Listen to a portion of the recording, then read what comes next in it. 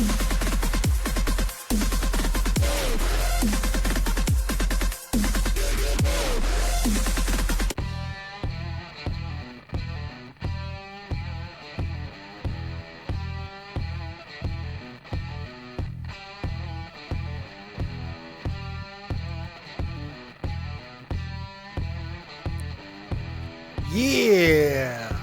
What's going on, everybody? Welcome back to the channel. It's your boy, Dead on Dave, and we are here. It is Saturday. It's time for your top 5. You guys ready? Let's go. That's right. I am your boy, Dead on Dave, and this is your top 5, and we are ready to get things going now. As you can see, the memes tells a story that today's top 5 will be a little different than we're used to. In fact, for the first time ever, we are going to go outside of the realm of wrestling for today's top 5 because this is the weekend of the NFL draft. I thought it would be apropos to do the top 5 greatest NFL draft picks of all time. Overall number ones, I should say. The top 5 greatest overall number 1 draft picks of all time. That's what I'm doing. Because it should be a lot of fun. So I'm excited about it. A lot of interest in the NFL. Of course, you know, I'm a fan. Love the NFL. There's a lot that I hate about the NFL. And the draft being one of them. Because everything is so overblown. But, you know, I'm still compelled by the NFL just like everybody else is. And I love my team. I'm a Chicago Bears guy. And the draft does bring new hope. Everybody gets excited. It's like spring training for baseball in a lot of ways because the new hope that everybody has is back and everyone's all bubbly and like, yay, you know. And then the regular season starts and then it's misery and pain. It is what it is. But we're here to talk about the top 5 greatest number 1 overall draft picks in the history of the NFL. Before we get there, let's start. Since I like to go to the negative, I like to start with the negative and end with the positive. So let's start with the worst number 1 overall of all time. This isn't even a hard one. It's Jamarcus Russell, 2007 Oakland Raiders. This was the guy that couldn't miss. Big, tall, athletic guy. Couldn't miss, right? There was no way this guy was not going to be great. Sound familiar, Jameis Winston? Yeah. Look, the reality is the NFL goes through ebbs and flows where the more athletic quarterbacks do come in and are able to make some waves for short bursts of time, i.e. Colin Kaepernick. Everybody thought he was that gap, you know, like the seasons he had a couple of years ago. Everybody was like, oh, wow, he is the gap. He's going to be the guy that's going to bridge the gap from a Michael Vick to an Aaron Rodgers. Because Aaron Rodgers is probably the one quarterback that, and he doesn't get the credit for his athleticism that he really should, as much as it makes me sick to say it. I had to spit the words out of my mouth because talking about a Packer, let alone Aaron fucking Rodgers. But that's the reality of the situation. Is, you know, he is that good and he is that athletic. I mean, he's a black quarterback in a lot of ways. He is Robert Griffin with talent. Okay, he's not as fast as Robert Griffin. He's not as athletic as Michael Vick. I get that. But he's pretty damn comparable in a lot of ways, and he does not get the credit for it usually. It's because he does everything so goddamn well. But Kaepernick was the guy that was supposed to bridge the gap until we realized, wait a second, this guy can't really throw. He's not what we thought he was. And Robert Griffin, that was supposed to be the guy. He had that amazing rookie season. Now, we'll never know if the talent was really there or if it went away because he got hurt. We'll never know. Cam Newton was supposed to be that transcendent quarterback. And while he has shown flashes of greatness, he's not what people thought he was going to be either. And I don't think he's never going to be a fantastic pure passer. The NFL always is going to tend to favor those guys. It's just how it is. And Jamarcus Russell fell victim to that. Well, he fell victim to the fact that he was undisciplined. He was overweight always. He didn't want to learn pro-style offenses. He was insubordinate. And he was a dick. All of these things kind of just bounced him right out of the league really quick. And, 26, 27, no longer playing football. Just how it is. 2007 was not that long ago. Jamarcus Russell, never heard from again. Let's go ahead and get to the more positives, and let's talk about a couple honorable mentions. In fact, I got 5 honorable mentions. And I want to talk about the one that's probably going to piss off the most amount of people because he's such a polarizing guy. And it's Eli Manning. Eli Manning drafted number 1 overall in 2004 by the San Diego Chargers. San Diego, of course, means whale's vagina in German. And he was drafted by them and decided, nope. And he gets traded to New York, in a trade that really worked out for both teams in a lot of ways. So, I mean, it was completely fine. A little bit better for New York because Eli brought a couple Super Bowls. Now, I know some people, because Eli has a tendency in the last couple of years to throw, a lot of interceptions. However, the guy has 2 Super Bowl victories.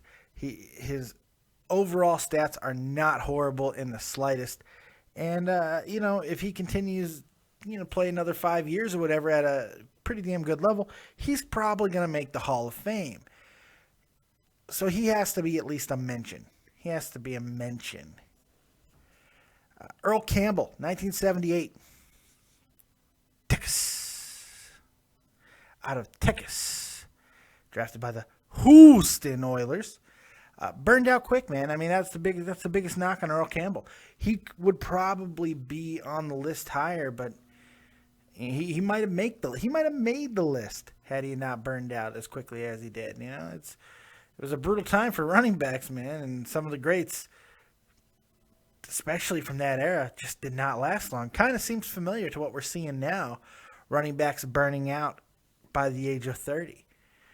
It's quite crazy. But back then, running backs were asked to do a hell of a lot more in a much tougher era. So, it's quite special. And Campbell was a special guy, man. I mean, the way he would look for contact, run towards it, and run through it, man. I mean, just how he was.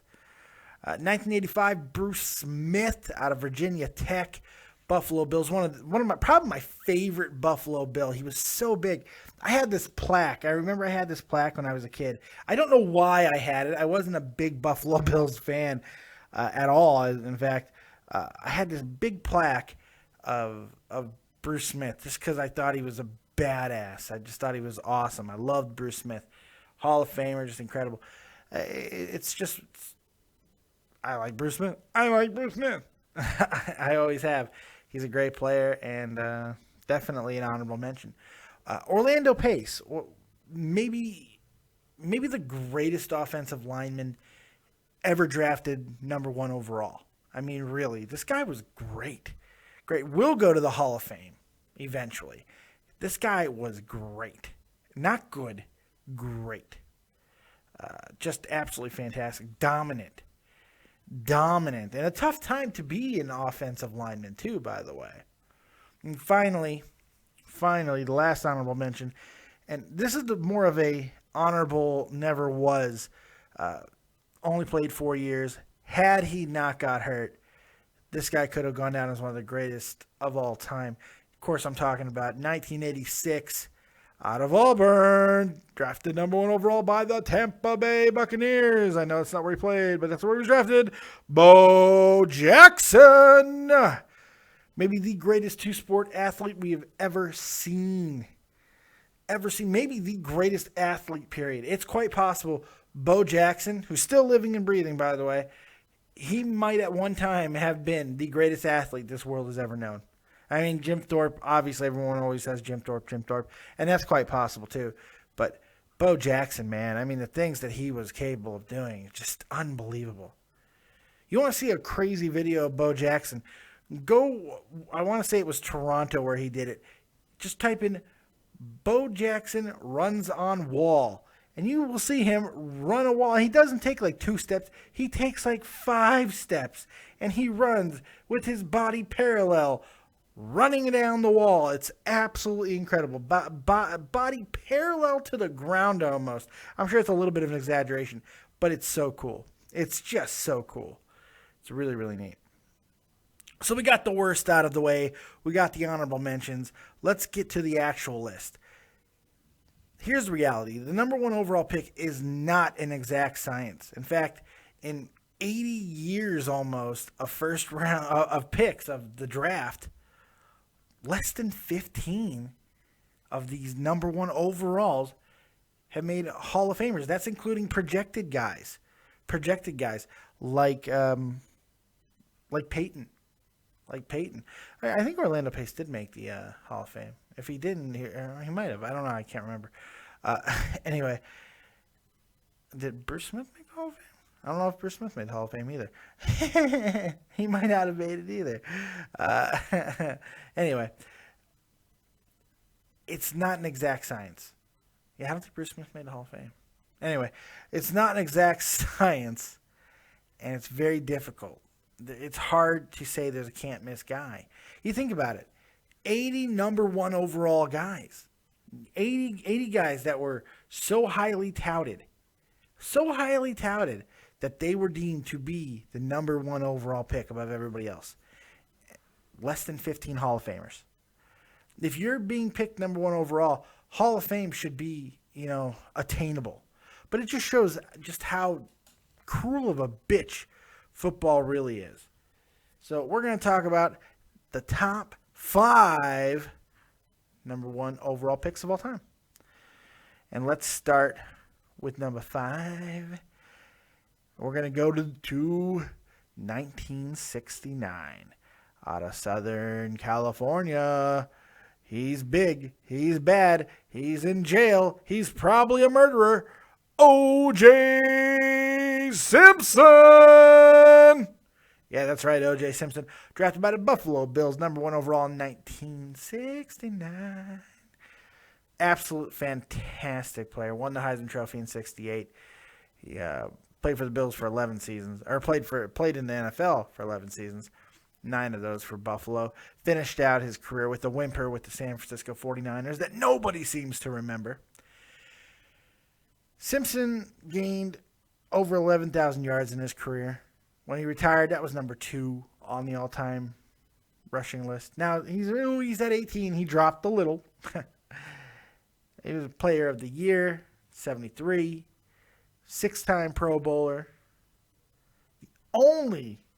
He is the only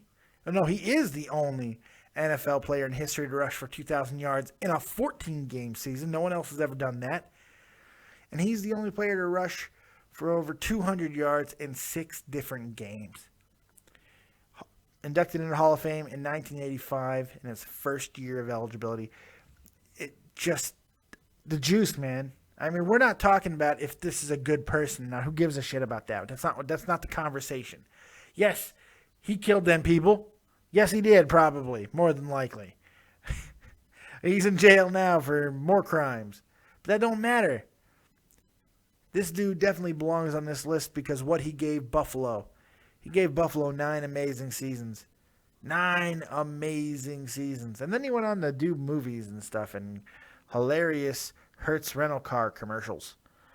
OJ had great crossover appeal. Everybody wanted a piece of the juice, man. And I don't know. It's a shame what happened, to his personal life. I mean, some people can't keep it together. It's just how it is. Always going to find trouble. Sometimes when you get away from the game, when your paradigm shifts, when your worldview just crumbles around you, it's amazing what can happen. And he's kind of a tale of that. But there's no question. He's one of the greatest football players in history, but easily one of the top 5 greatest number 1 overall draft picks of all time.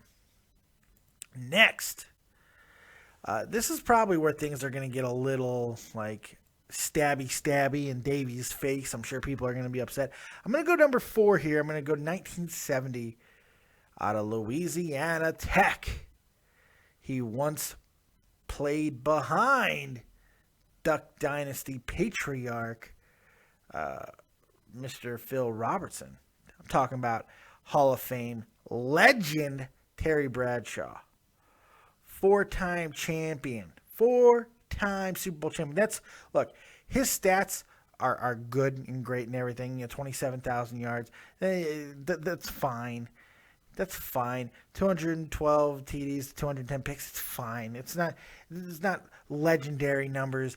But you know what? 4-time Super Bowl champions. You get 4 rings and be a 2-time Super Bowl MVP, 3-time Pro Bowler, NFL MVP, quarterback of the year, 2-time NFL passing touchdown leader. Make the all-decade team. Get in the Hall of Fame. Get in the Louisiana Tech Hall of Fame. College Football Hall of Fame. Pittsburgh Steelers Hall of Fame. I'm telling you, that's going to get you on this list. That's going to get you that respect. He's tied with Joe Montana and Tom Brady as the only quarterbacks with 4 Super Bowl titles. He's tied with Bart Starr as the only quarterback back-to-back Super Bowl MVPs. And he's the first NFL quarterback to win 3 Super Bowls. 3 and 4 Super Bowls. He's the first to do it. So yes, while his numbers may not be spectacular, and yes, he played in an era that really did highlight what he did well, and he played for a team that limited the mistakes that he made, there is no question that Terry Bradshaw is one of the greatest of all time and easily deserves a place on this list. So number 4, 1970, Terry Bradshaw.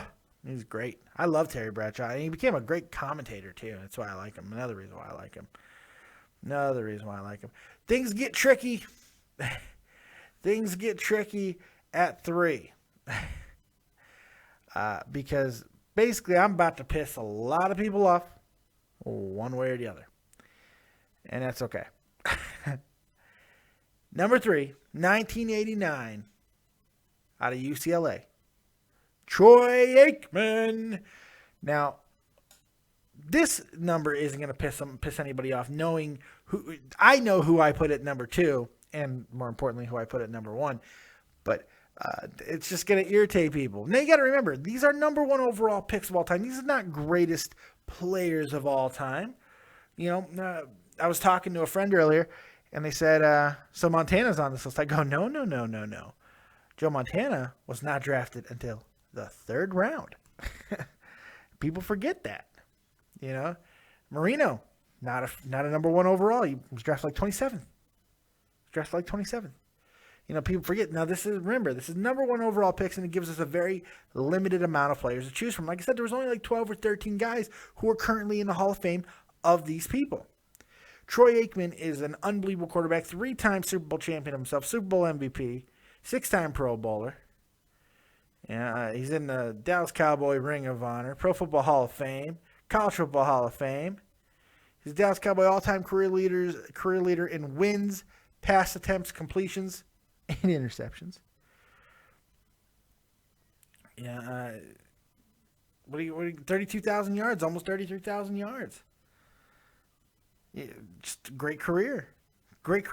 And look, the only reason why I might even flip-flop Bradshaw and Aikman, but I do believe Aikman was just a better quarterback. Yes, he played for a better offensive team. He had the triplets. I mean, it was him, Emmitt Smith, and, of course, Michael Irvin. But I believe Troy Aikman was a better athlete and a better quarterback than Terry Bradshaw. Look, Super Bowls are king for most people. A lot of people will say he got them rings. He's the best. And you know what? You can make that argument. I'm not one of those guys, which is going to be very evident in a moment. I'm not one of those guys. I believe greatness is determined in other ways. And Aikman, who has a better touchdown interception ratio than Bradshaw, more passing yards, it's what I'm going to go through. That's what I'm going to go with. I'm going to go with the guy that and probably another reason is the fact that I saw him do his thing, and he had a much better quarterback rating. That's another thing, 81.6 compared to old Bradshaw's 70. It is what it is. You got to give Troy Boy some love. And believe me, I'm not a Dallas Cowboy guy. I hate the Cowboys. It makes me sick. Blech. But I got to give Troy Aikman a little bit of love. And I hate him on commentary. Oh, I want to punch his face off with Joe Buck. They suck. Oh, God, I hate listening to. I will say this. I'll give Troy this. I don't feel he's very biased. A lot of people say he's biased. I don't think he is. I think he calls games the exact same for everybody with as little intelligence as humanly possible. That's for everybody. He calls everybody equally as stupid because that's what Troy Aikman does. There you go. That should garner some hate. Number 2. Here we go. Let's get that hate right. Oh, I can feel it boiling already. Number 2, 1998 out of Tennessee, Peyton Manning. Now look, Peyton Manning is the greatest regular season quarterback in history of this game. Period. Greatest regular season quarterback. Period. He's been now. Whether I know he's got 1 ring, but he's been to 3 Super Bowls. This guy has been to the mountaintop. He's been to the top of the mountain.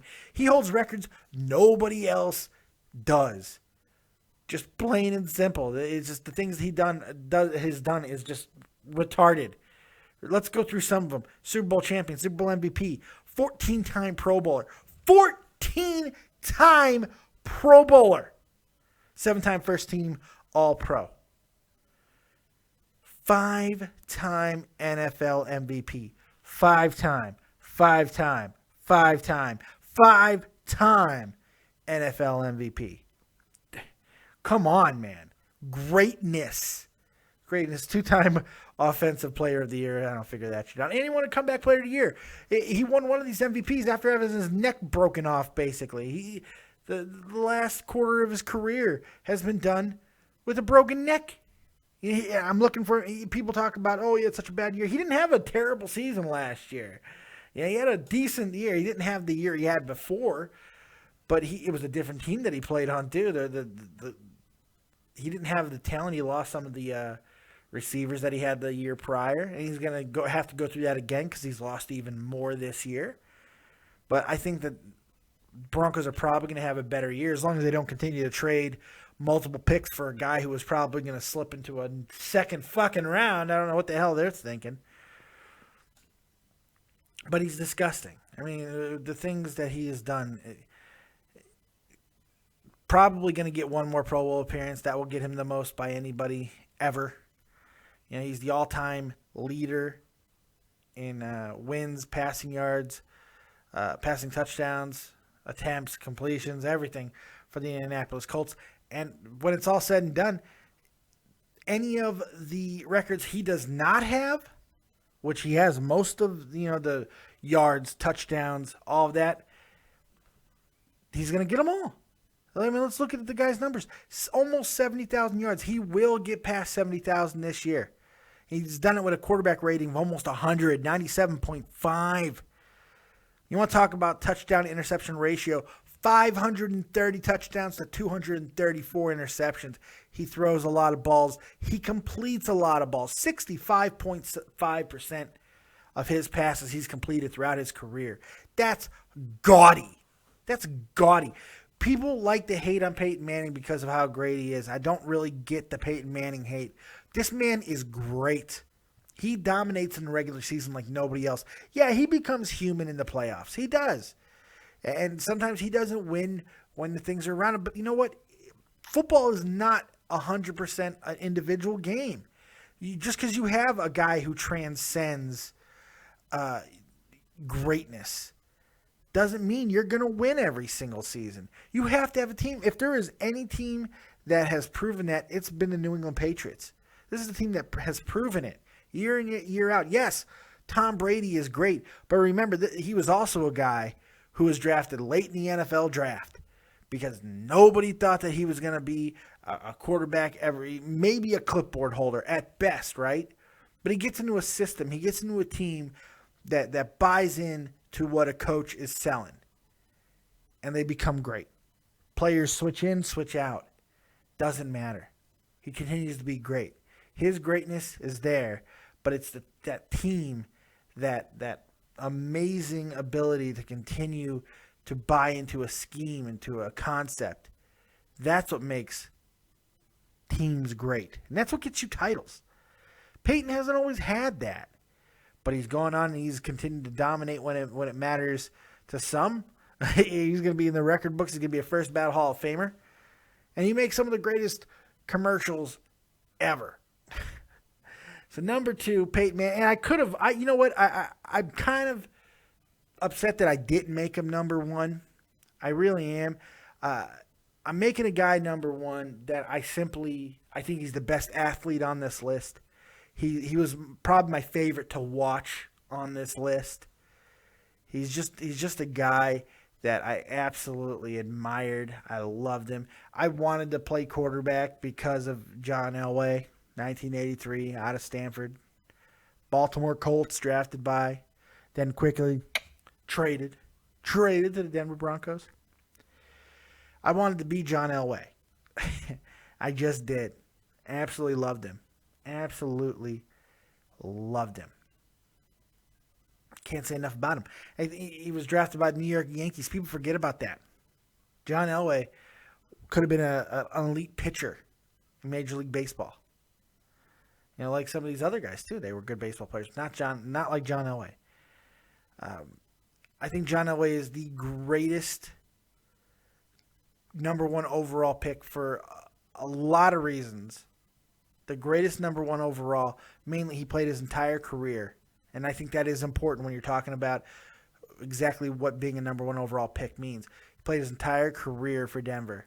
And then he joined the management. I mean, who got more out of their number 1 than Denver did with John Elway? He's like an owner. He's a president or some shit now. I mean, he runs things, GM, whatever the hell he is. John Elway's in charge. He's in charge. He had an amazing college career. Who cares about the college career?